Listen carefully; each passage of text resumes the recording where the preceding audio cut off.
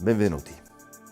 In questo video vedremo quali e quante forme viventi possiamo trovare in un corso d'acqua e come il mantenimento di questo ecosistema ci riveli il concetto di acqua sana. Per comprendere più approfonditamente questi aspetti della vita dell'acqua, ci rivolgiamo al professor Michele Mistri, ecologo dell'Università di Ferrara. Sentiamo di cosa si tratta. Se prendiamo una goccia d'acqua da un sottovaso di fiori o da un qualsiasi corpo idrico, un fiume, uno stagno, un ambiente di transizione, e la poniamo sotto le lenti di un microscopio, osserveremo una quantità di forme traslucide che si muovono. Sono tutti microorganismi che vivono nella colonna d'acqua. In un corpo idrico noi troviamo esemplari di tutti i 5 regni di organismi viventi presenti sul nostro pianeta: monere, protisti, fungi, piante e animalia. Gli esseri viventi vengono raggruppati in 5 regni: monera, protoctista, fungi, piante, animalia. Monera. Appartengono a questo regno i batteri. Gli archeobatteri sopravvivono esclusivamente in ambienti estremi, acque ipersaline e sorgenti termali. Gli eubatteri, invece, si trovano ovunque. Tra gli eubatteri ricordiamo i cianobatteri, chiamati anche alghe azzurre, che, in condizioni particolarmente favorevoli, fine dell'estate, possono raggiungere concentrazioni elevate, causando caratteristiche fioriture rossastre. Detergenti e fertilizzanti tendono ad aumentare la concentrazione dell'azoto e del fosforo, che in cascata inducono la proliferazione di cianobatteri talvolta dannosi. Protoctista.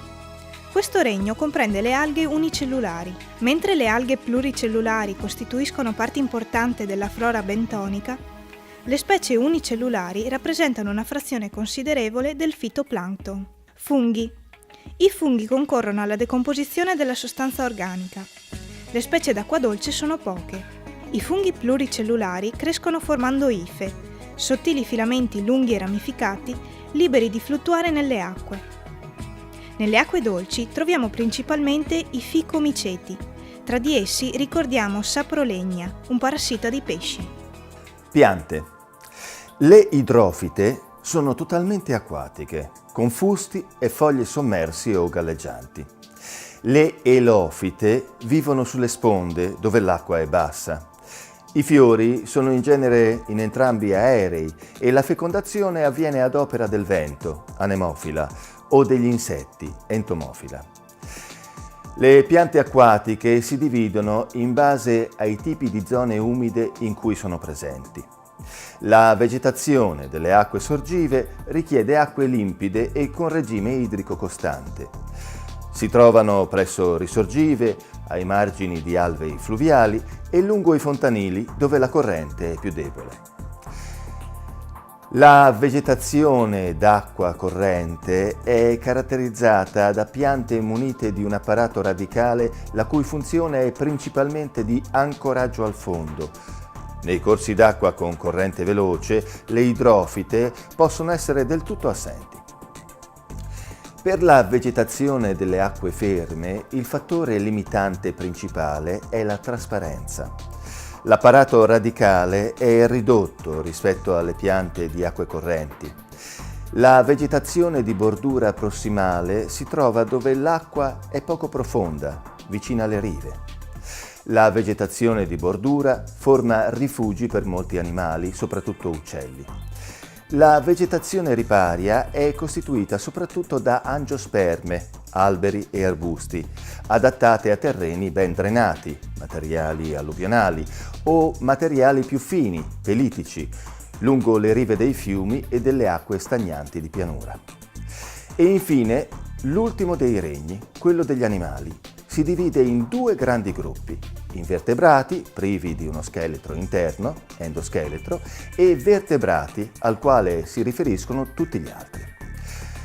A questo secondo gruppo appartengono le 5 classi dei pesci, anfibi, rettili, uccelli e mammiferi. In questo video, però, ci soffermeremo solo sul primo gruppo, quello degli invertebrati. Tra gli invertebrati di acque dolci troviamo i rotifera in acque stagnanti e pozzanghere e fra i muschi. I nematoda, organismi filiformi abbondanti sui fondali di diversi ambienti acquatici, gli annellida, allungati e cilindrici, di palese aspetto vermiforme. Quindi i mollusca, che sono prevalentemente marini, ma vi sono due classi anche in acque dolci, Gasteropoda e Lamellibranchia. E infine gli artropoda. Le due classi più rappresentate sono i crostacei e gli insetti. Tra i crostacei di acque dolci sono comuni i cladoceri, pulci d'acqua, gli anfipodi, gli isopodi e i decapodi. Della classe insecta numerose specie vivono in acque dolci, almeno in uno stadio del loro ciclo. Tra gli insetti ricordiamo gli odonati. Gli adulti sono le libellule, predatrici al volo di altri insetti, e i coleotteri, che vivono in immersione in acque ferme o a lento corso, a bassa profondità, con ricca vegetazione. Tutto quanto detto dal punto di vista tassonomico, cioè dal punto di vista della classificazione linneiana. Tuttavia, noi possiamo considerare una differente classificazione degli organismi che vivono all'interno di un corpo idrico, e cioè una classificazione di tipo funzionale, cioè il loro ruolo all'interno della rete trofica dell'ecosistema acquatico.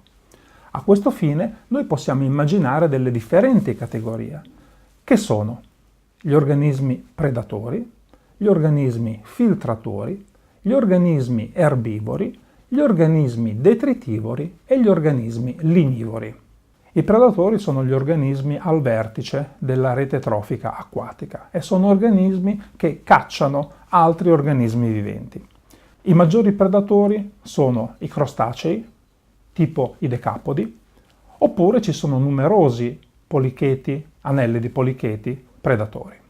Gli organismi filtratori hanno un ruolo particolarmente importante, in quanto sono quegli organismi che vivono sul sedimento, però catturano prede che vivono nella colonna d'acqua e di conseguenza mettono in comunicazione come trasferimento di energia il comparto bentonico con il comparto planctonico. I filtratori infatti sono organismi muniti di particolari apparati in grado di filtrare l'acqua e trattenere le particelle alimentari in essa presenti, particelle alimentari fondamentalmente costituite dallo fitoplancton o dallo zooplancton. Gli erbivori sono organismi, come dice il nome, che consumano direttamente i produttori primari, gli organismi autotrofi. Nei corpi idrici gli erbivori più rappresentati sono gli isopodi e gli anfipodi, due sottoclassi di crostacei.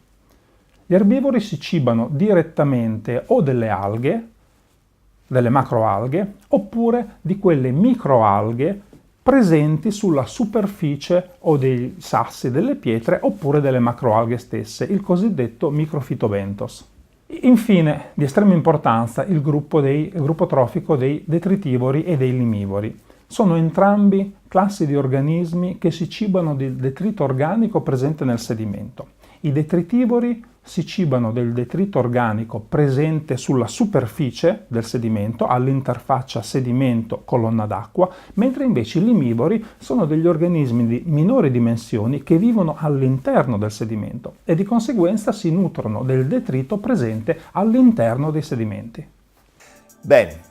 Grazie al professor Michele Mistri, ecologo dell'Università di Ferrara, abbiamo visto quanto ricco di vita sia un ambiente di acqua dolce e quanto importante sia mantenerne l'equilibrio ecologico affinché l'ecosistema ci possa garantire quello che chiamiamo il concetto di acqua sana, uno dei fondamenti della sostenibilità dell'acqua.